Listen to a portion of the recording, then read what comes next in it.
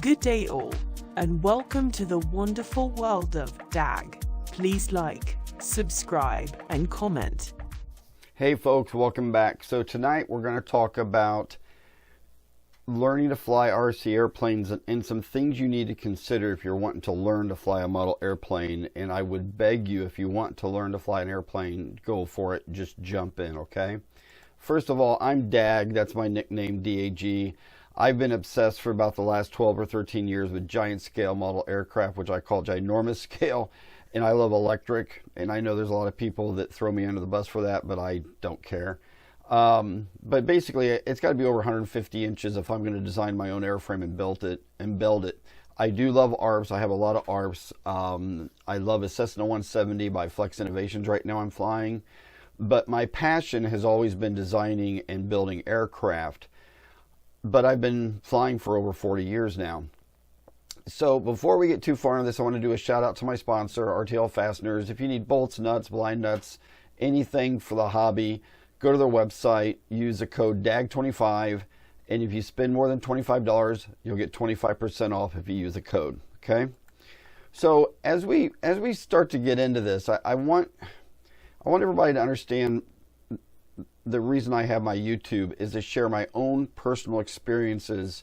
I don't like to speculate on why other people crashed or why other people do things. I like to share with you only my success and failures. I have taught about 101 pilots. I've got a little logbook and I got 101 names in there. So I think I've taught 101 people how to fly model airplanes over the last about 25 years. I started with Control Line back in the late 70s, got into RC around 1980 doing gliders, and then around 1990 got into powered model aircraft and been doing it my whole life. And, you know, sometimes people will talk about, you know, what does it really take to learn to fly a model airplane? Okay. So I'm going to talk about two things. I'm going to talk about what it takes to learn, but also the airframes you might want to fly. Okay. So learning to fly, always get an instructor. Okay. But just don't pick any instructor.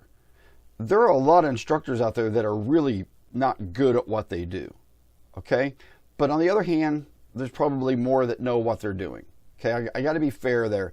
But I get really sensitive when I see people teaching someone to fly and they're not patient, or teaching someone to fly and they're telling them they're wrong, instead of saying, hey, look, why don't we try it this way? Okay, not everybody can be a trainer, not everybody can be a teacher. Just because you're a kick-ass pilot and, you know, all you do is fly doesn't mean you could be a great instructor. I know there are people out there that are instructors that say that if you're going fast, you can't stall an airplane. Well, an airplane can stall at any speed if the angle of attack exceeds what the wing is going to fly at, which is roughly 15 or 16 degrees of angle of attack. So go to the airfield and just people watch and see the styles that different instructors have, and then pick an instructor you like. You also want to get a simulator. You can get them used on eBay, brand new. I think they're less than $200. You hook it to your computer, comes with a little radio, and you are going to basically learn how to fly RC. I had a young man this last summer that spent a year on his simulator, and he told me when he took off the first time he wanted to do it on his own. And I told him, no problem. And he understood if he crashed, and this kid flew incredibly good, actually landed. Landing was a little bit rough, but it wasn't his inexperience, it was his brain got to him. He got too scared. So simulators are great. But when you're first learning to fly, some of the basics you need to think about is mastering taking off, mastering flying laps around, rectangle laps around the airfield, learning to do figure eights, learning to land. And I've done 2 or 3 videos on landing, and man, did the trolls come out on those, but I don't care. Landing, in my opinion, really shows how much of a domesticated pilot you are. And what I mean by that is, if you throw a paper plate out on the field in front of you and you can constantly land within 10 feet of that paper plate, you're probably a kick-ass pilot, okay? But one of the things I want you to think about is, I also, a couple of summers ago, it might have been 5 years ago, I was working with a 30-year-old guy who had taught himself basically how to fly. and he did a good job. But one of the things he did, which I thought was really wonky, and I even told him I thought it was wonky, is he would fly away from him about 100 yards, turn around and fly right back at him, and then fly out. And you should never really fly at the pits or where people are standing. So I said, why aren't you flying the pattern? And he had never practiced it. So him and I spent about a half hour with him learning to fly a big rectangle around the field, reversing that, doing figure eights. And once he got his confidence there, also, he couldn't turn left very good. He had learned basically to fly a left-hand pattern because of the wind at his local club, or actually the softball diamond he learned to fly on. So he had some bad habits, okay? Once you've mastered that, and what I mean by mastering it, it's not you did it successfully 3 times and now you want to go get into a ducted A-10 jet. It means that you've flown for months. And one of the things, I try to never put people down, okay? I really tried hard not to ever be negative. And sometimes that's hard because when you critique somebody, they take it as you putting them down. But there are some people that love to build and they can't fly. And there's some people that love to fly, but they can't build. I would say that I'm a borderline good to great pilot, and I'm an okay builder. Even though I scratch build these big monster airplanes and people are like, oh, those are incredible, they're nothing like a Top Gun or going to the Nationals in scale type airplanes. I don't build that good. So it's very possible to be a borderline good pilot and an okay builder. It doesn't have to be one or the other. I get tired of people saying, oh, well, that person's a builder, so they suck at flying. Or that person's a great flyer and they suck at building. You can kind of be good at both, okay? So if you want to build planes, build them, but you still have to get stick times. You still have to become a domesticated pilot. And what I mean by that is you need to be in command of your airplane all the time. Your plane's not flying you. That's the reason learning the takeoffs, flying the laps, and doing the figure eights and landing is so important to master it first, okay? And have your confidence up there. Then you go on to what I would call advanced. And this is the way I would teach people. I taught them in basically 2 silos, basic flight, advanced flight. Now in advanced flight, you learn how to do slow flight, but you're still doing this with a trainer you learn to fly. You're still doing this with the airplane that you're the most comfortable with. You will then move in, after you learn how to slow fly, that trainer, then you can move into a low wing airplane. And normally it's a low wing airplane that's still just as light as your trainer, kind of the same power. It might have a fully symmetrical wing. It could have a semi-symmetrical wing. Normally, the basics in flight, you're going to have a flat bottom wing airplane. But in the advanced, you might be moving into heavier planes. So what I try to do with a student is I never just teach them how to fly a trainer and then walk away. I say to them, when you get your next airplane, let's both of us take it up. When you get your next airplane, let's take it up until they feel comfortable enough to say, hey, Dag, I'm good to go now. You know, I don't need you. Then I'm fine. I've had a couple of students, though, go right from a trainer to a warbird and destroy it and call me up and say, man, I wish you would have come to the field with me. I thought I could fly that warbird and I got way behind the curve and I crashed it. And that's a day that sucks. You've got to learn how to fly on windy days, and you've got to know your radio. Now, I've seen a lot of people on the internet put people down, calling them bad names, really making them feel insecure because they didn't know how to set their radios up on their airplane. There's something about the human mind or our personality sometimes that we don't want to keep asking for help. We think we're bothering people. So what happens is you'll go onto the forums or you'll go in a hobby shop and somebody's going to talk you into a really kick-ass radio that's got all the switches and all the mixes, and you have no freaking idea how that radio works.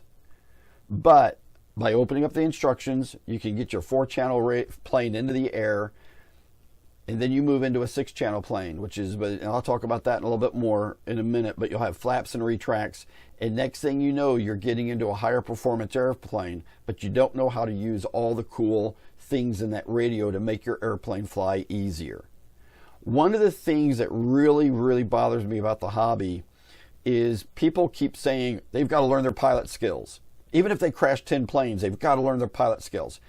That is the dumbest thing, personally, I've ever heard. We should be making this hobby so freaking fun that we hardly ever crash. We should be making this hobby so fun that people don't leave it because they blew $1,000 on an airplane that they pile drived into the ground. So if you've got any type of flight augmentation system or any type of electronic system that's built into the airplane to help it level itself or make it easier to fly, I think that's kick-ass. Okay, if you end up in a warbird one day, you might not have that type of flight augmentation system or stability system. But I think we should build airplanes that give the pilot every chance to have a successful flight every time. To say people, oh, they need to learn their pilot skills by stalling and falling out of the sky, or they need to learn their pilot skills by destroying an airplane and they'll know they'll never do that again, I apologize, but that's the dumbest thing I've ever heard. I've seen so many frustrated people crash an airplane and say, that's it, I'm done with my hobby. I saw a guy 20 years ago crash a beautiful biplane, took his radio and threw it on the concrete and destroyed it and never flew again. So we should be building airplanes that are so stupid simple to fly so that we have fun. That's the reason we're in this hobby, okay? So now what I want to talk about is what makes a great airplane, okay? You got trainers and then basics and then advanced. I still like to break this down when I would teach people about flying model aircraft, okay? A lot of people who follow my channel think all I do is teach people how to build. I got out of teaching people how to fly about 5 years ago because I just didn't have the time, but I was teaching people to fly all the way up until about 5 years ago. And I think I got to 101 people, at least in that little logbook I got. But and let me make this full screen for a minute. But when we think about a trainer, it's light, it's got adequate power, it's going to have dihedral that helps it level out. Normally they're flat bottom wings and it's 4 channels. Okay, that's what a normal trainer is to me. And on the right, believe it or not, is the manual to an Eagle II Carl Goldberg. I think it was like 60 or 70 pages. It showed you every step to build your own airplane from a box of wood, folks. Now, a lot of these parts were pre-cut out, but still you had to glue it together. So in early model aviation, we had to be builders or we wouldn't have a plane to fly. So a basic sport park flyer or ARF could be light. Any airplane that's light is going to fly better. Good power, could be a semi-symmetrical wing, 6 channels, which includes flaps and retracts. To me, that's what a basic plane is. It's a sport, park, or a light ARF. Then you got advanced. And to me, that's warbirds, EDFs, and pigs. And pigs are these warbirds that should weigh 30 pounds, but by the time you paint it and you massage it and you put all your blood, sweat, and tears in it, the thing weighs 40 pounds. And it's not going to be a great flying airplane, but it might fly. It'd be great if it's light. Normally they're not. It'd be good if they're overpowered. A lot of times they're not. It could be a fully symmetrical wing. I hate fully symmetrical wings unless it's on an aerobatic airplane. Washout, and I'm going to talk about washout in a minute because I've had 3 or 4 people in the last 4 months reach out to me about washout, and they clearly have no idea what washout is or what it's created for, or that like Cessnas and all kinds of planes have washouts in them. They get into 12 channels and mixing and flaps and retract gear and all this junk. But to me, when I teach people about model aviation, this is kind of the 3 categories I talk about. Now I want to talk about some things to consider, okay? Types of airframes. Gliders, sport, aerobatics, EDF, scale warbirds are just a few I picked from. Design. Think about the construction of the plane. If you're going to learn to fly, and you want to stay in this for like 40 years like I've done, you're going to end up knowing a lot about aircraft. So you need to understand their construction, how you can fly them, how hard they can land if it's going to blow the gear out. You need to understand the systems on board. You need to understand why there's thrust angle and if it's needed, the right thrust, if there's down thrust and why it's needed, and then washout. And washout, I did a video on washout and I got 2 people sending my Gmail some really, and I'm sorry if I'm putting people down when I say this, but there's things that blatantly showed that they thought they were the smartest person in the room, but had never even Googled the word washout and understand that there's Wikipedia pages on washout. Washout always creates a more stable wing, and that's what we want to have success in aircraft. Cessna 172 has 3 degrees. Cessna 152 has about 4. And F-18, when it's flying along at 10 degrees angle of attack, the tips are at 6. That's if you ever fly a swept wing EDF and you get it really slow and you start to see the wings waddle or they rock left and right, washout will help stabilize that. Okay? So I'm going to pop back in here for a minute. So basically what washout is, folks, is the tips of the wings are tilted down. Well, I'm sorry. The trailing edge of the wings are a little bit higher, which means the wings bend down a little bit. So as the angle of attack raises on the wings, the inboard stalls first and the outside stall last. Well, if this is stalling and it's mushing over, you still have aileron authority. There are full-scale twin-engine airplanes. You'll notice these little triangle things that are on the leading edge of the wing in between the nacelles. And it's just a triangle that is riveted to the leading edge of the wing. Those are there to make the inboard part of that twin wing stall first. So that is basically creating a simulation of washout. That's not true. It's basically making the inboard section of the wing stall first. Okay?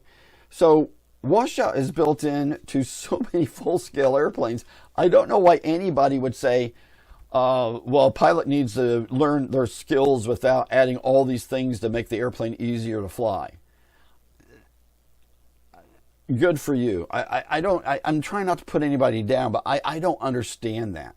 Other things to consider is what's your cube wing load and how many watts per pound do you have on the airplane. There's all kinds of stuff out there. I've done videos on it. I'm not going to dive too deep into it. But now I'm going to talk about my success in this hobby. I started out, believe it or not, whoopsie, hang on. I started out on the left with the Eagle 2, which actually, that is a cropped picture that I got off the internet. The wings aren't cropped like that. It's actually got a big wing. And I probably got 100, 150 flights on my Eagle 2 before I moved into the Sky Tiger, which is the low wing on the right. The plane on the top left has a flat bottom wing. It had a Fox 40 engine in it, and is just one of the dreamiest airplanes you can fly. The one on the right, bottom right hand, is basically the same airplane, but with a lower wing, and it's a semi-symmetrical wing. Okay? And it flies beauteous. Absolutely beauteous. Okay? Then I got into the Sig Cougar in the upper left-hand corner, which was a little fast rocket ship. It had a 35 size engine in it, and I had a blast with that. And then my first warbird was the P-40 down there on the right, and I destroyed it. I never really got it more than a foot in the air. I went down the runway, didn't have a very long runway. I pulled it into the air too soon. Basically snap rolled it and just destroyed it into little chunks of balsa wood and the engine bouncing into the fence. I should have been flying in a place with a lot more area. But the bottom line is the 100% my fault. Okay? And that was a learning thing for me. Then I got into my Corsairs, and I had a couple of top flight Corsairs, I think 2, flew hundreds of flights on them, had a blast. But somebody asked me a couple of weeks ago if I were going to teach them how to fly today, what airplane would I use?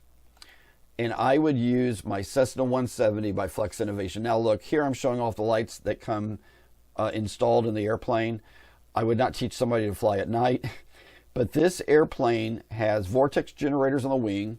It has the Aura stability system in it, has massive flaps, has flaperons. This airplane is one of the easiest to fly airplanes I've ever flown myself, and I think I could teach anybody except a blind person how to fly this airplane. I kid you not. This is great. Now, that same person goes, well, what would you recommend as a second plane? Well, it depends. Have you a lot of simulator time? Do you have 200 flights on this airplane? Can you fly this plane inverted? You know, how good are your pilot skills before you move on to your second airplane? Believe it or not, that guy that I helped learn to fly a couple of years ago, his second airplane that he soloed on was actually my little Rockstar biplane. And he did really, really good with this airplane. This airplane's really easy to fly. Now, I do have an aura in this that helps stabilize the plane. And basically what it does is it doesn't level the wings. If the wind hits it and tries to move it, it will stay where it is. So the wind does not affect this hardly at all. It's a really cool system.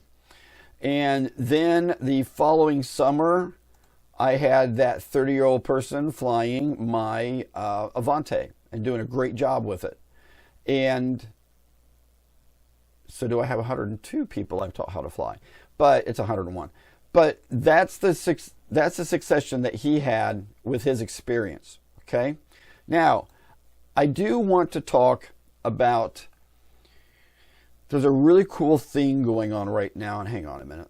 There's a cool thing going on right now where people, because of flight test and other videos out there, they're building their own airframes. And I think that is the coolest thing in the world. But what I would beg you to do is first learn to fly RC on a trainer and with an instructor and with the simulator, and get really proficient before you start flying scratch-built airplanes.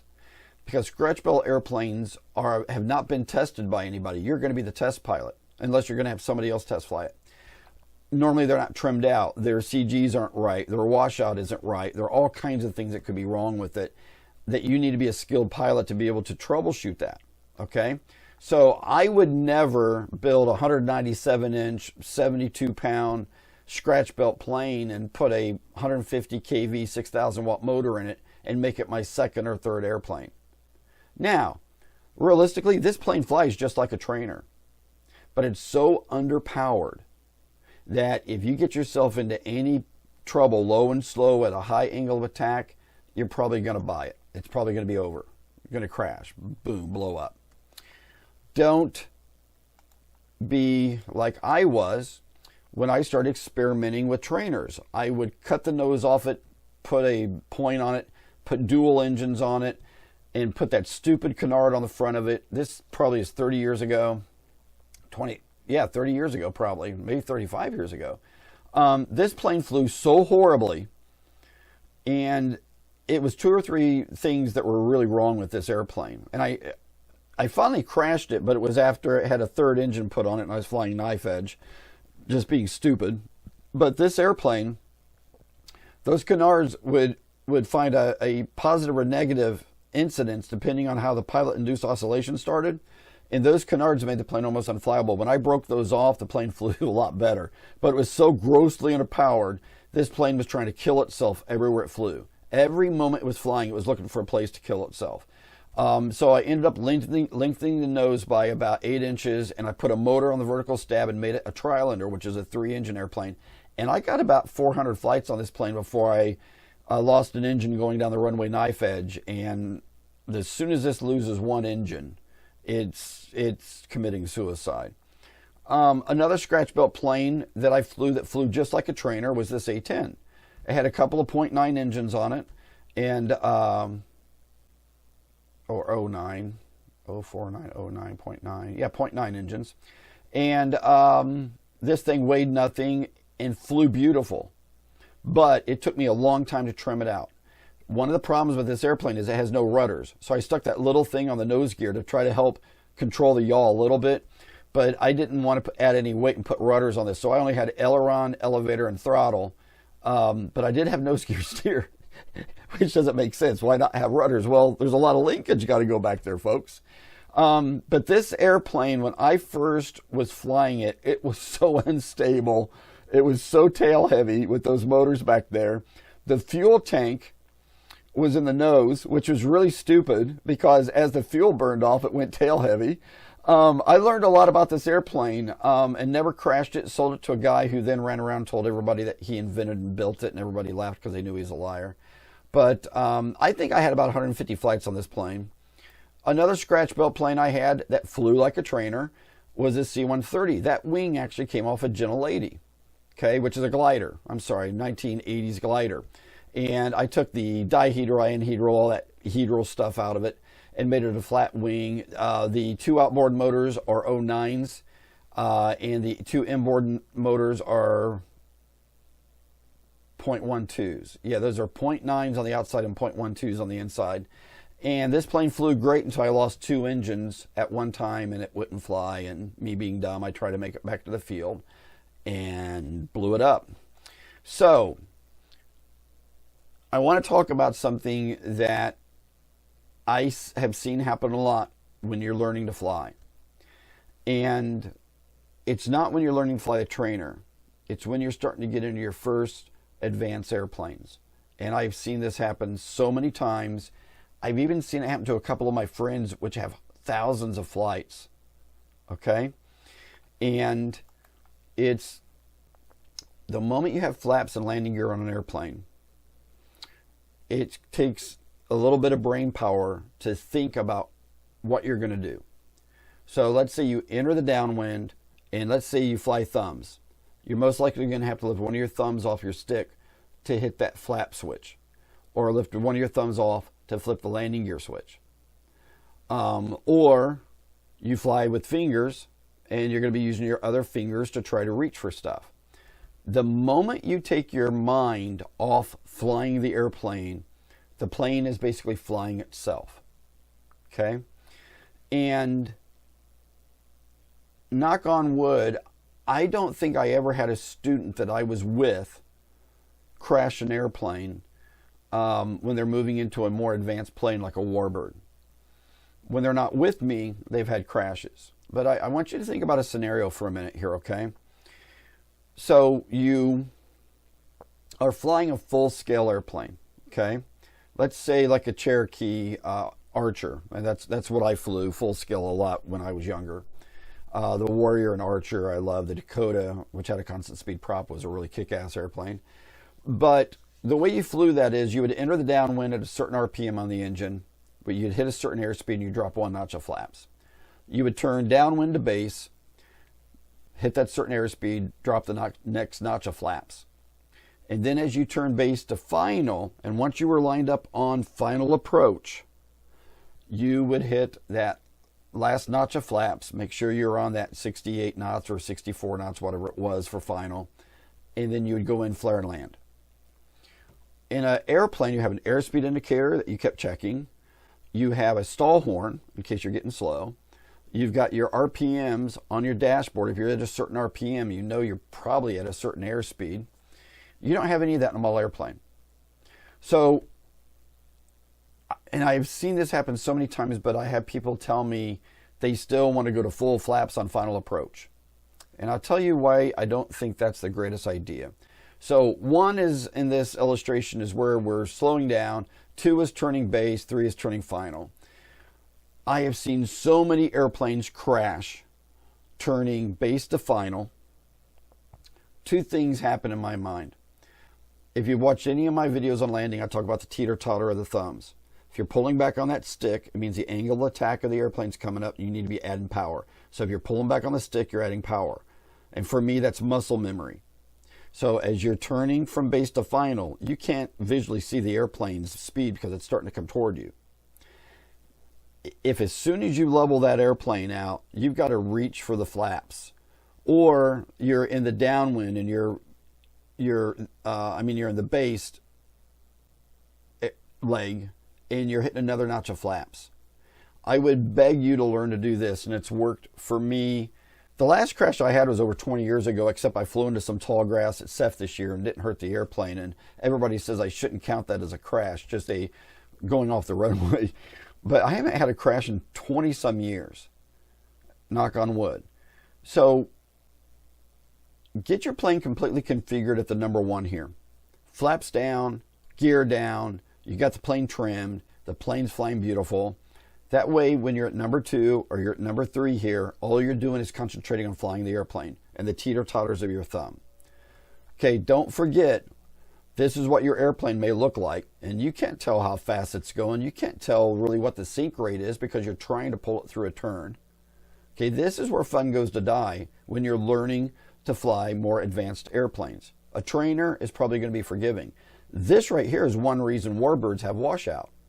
Because when you start to pull that nose way up and you feel the plane mushing over a little bit, that right there is telling you to let off the stick and add power. Because that means that inboard part of the wing is stalling. But because of washout, you still have aileron authority. That is the reason you see all these warbird people in all the forums saying that they're putting the washout in. My program, which is called CompuFoil, has a way to put the numbers into the wing design of the washout, and when it spits out the AutoCAD drawings, it will tell you with the wing jigs exactly what the washout would be to build it on the table, the building tabs. So washout is critical, especially on warbirds. So when you're looking at this right here, you don't know if you're slow, you don't know if you're fast, you're just going by how much your thumb feels like it's coming back and how much the plane's mushing. If you feel like you're almost all the way back on the stick and the plane is still falling through the turn, add power, baby, or let off the stick and add power, because you are so close to just rolling on your back and crashing. Okay? Another thing about when you're starting to advance into bigger airplanes fly a lot better than small airplanes. They're not affected by the wind. Normally they have lower wing loadings. They got lower cube wing loadings. They are just a dream to fly. But I want you to realize as you're transitioning into larger airplanes, there's a lot more goes on visually. Large airplanes you end up seeming to fly so that there's the same size in the sky as like your 40 size plane. And if you do that, that means that your large airplane's like a quarter mile or a mile out. You don't want to fly so far out that you're over the 2 neighborhoods away, okay? I mean, when you look at the sheer size of my MSL2 here, okay, here it looks huge. Here, I would say it looks pretty huge. This airplane, one time at a fly-in, a guy had crashed his plane way out. And when he came back in and I was flying, he stood next to me and he said, "Hey, Dag." And I'm like, "What?" And he goes, "You know, you were still way farther out past me. I think you were over the country road." I go, "Are you kidding me?" I thought I was 100 yards out, folks. I was probably 3/4 of a mile out with this airplane. So I want you just to consider that if you're going to transition, learn to fly, if your goal in life, this is the interesting thing for me about model aviation when I first got into it. I flew control line, which is, you got the handle, and hang on a minute. So control line, everybody, if you don't know what it is, your airplane has 2 little bitty wires coming out with loops, and when you pull in those loops, it moves your elevator up and down, and you fly in a circle around you. So when you pull up on this, that's up, so you can do loops or climb. When you go down, you can dive, and you just fly in a circle. That's how I originally learned to fly. Then I got a glider, and I thought, holy cow, I'm flying in 3 dimensions now, not just a circle. Then I got my first powered airplane and realized, oh my gosh, I can climb without being towed in the air or launched by a rubber band. The moment I started getting to warbirds, for probably 15 to 20 years, that was my passion. That is where I went. So what I'm trying to say is, when you first get into model aviation, you might think you want to be warbirds or EDFs or drones or whatever. But over your 10 or 15 or 20 years, you may go through a heli phase where you fly helicopters. You may go through a phase where you actually want to get into free flight and it's not even radio control. You might get into all kinds of different phases. But the thing is, as long as you understand how airplanes work, what the cube wing loading means, what the power loading means, what washout means, what a semi-symmetrical versus a flat bottom wing, once you understand what all that means, it all is kind of the same. Okay? I had a friend one time that had a turbine, and this was a $15,000 jet. And he's like, "Dad, you want to fly it?" And I'm like, "No, man, I don't like flying other people." It's like, no, you got to fly this airplane. It's just a gem to fly. And I took it off, and it flew on rails. It was so clean, and it was fast, and it was so fun. And when I landed it, and I told him, he goes, "What do you think?" And I said, "That's like crack, man." Not that I've ever done crack, but I'm like, I can't get into this. I said, I can't spend $15,000 on another model airplane. I've got so much money invested in my planes the way it is. If I decided, I'd have to take from my daughter's college fund, and she's going to be working on her doctorate in a couple of years. So, you got to follow what you love in this hobby. And there's so much in the hobby to love. But learning the basics is one of the most important things for you to love the hobby forever. Because if you get into the hobby and listen to the wrong people and start destroying equipment, you may hate this hobby and never come back. Okay? Now, I live in Indiana. I go to a lot of different fly-in. Well, I haven't for 5 years, but I am going to go to a lot. Next year, I'm not building any projects. Next summer, I've got an ultralight, which is a real full-scale plane I'm going to fly in. I've got it almost, it should be done in January. After that, I'm spending a whole year just flying. I'm not even going to build an airplane. So if you're ever to fly in that I'm at, if you know, I post on my Facebook sometimes when I'm going to go to a fly-in or when I'm going to go to a field to fly. If you want to hook up with me and me help you learn how to fly, I'll do it in a heartbeat. If you just want to hang out, I'll do that in a heartbeat. If you're into RC planes, you're probably pretty cool. So that's it, everybody. I always end these videos with talking about youth and aviation. So, you know, there's a lot of, when I started talking more and more about getting kids into model aviation, I'm surprised how many haters came out saying, oh no, don't waste any time on the kids. They're a lost cause. You need to be going after the 25 and older. And one of the arguments was parents don't have time to take the kids to the flying field to fly. And that's rubbish, folks. Parents have time to take kids to play hockey, to play Little League, to do the Boy Scouts, to do band camp. They got time to do all of this stuff. They would have time for model aviation. One of the really cool things about model aviation is people like Hoot Gibson, Neil Armstrong, the Rutans. You think of all these people that started model aviation that went into engineering or aerospace or become astronauts or fighter pilots and all this stuff. Model aviation is an awesome gateway drug to doing some really cool things. Okay? I don't know what the statistics are. It's like 1 in 100,000 that anybody who's a little league, I mean like a high school football kid's going to make it into the NFL. It's some ginormous statistic like that. But I think you're going to have a lot more chance if you get your kid off the cell phone, off the video games, and get them into model aviation. Okay?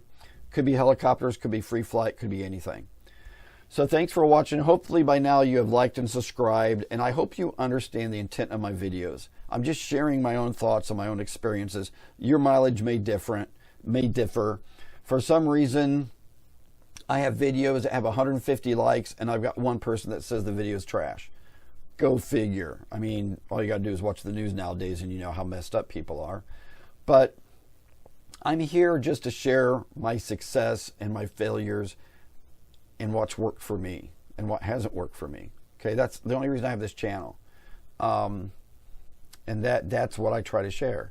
So I do have a video coming up on my air bike, on my ultralight. I'm going to hopefully post tomorrow. It's about how I built the entire fuselage with the 4130 chromoly and the TIG welder and all that junk. So I've been promising that video for about 3 weeks, so it's actually, I hope it's going to be up on Thursday.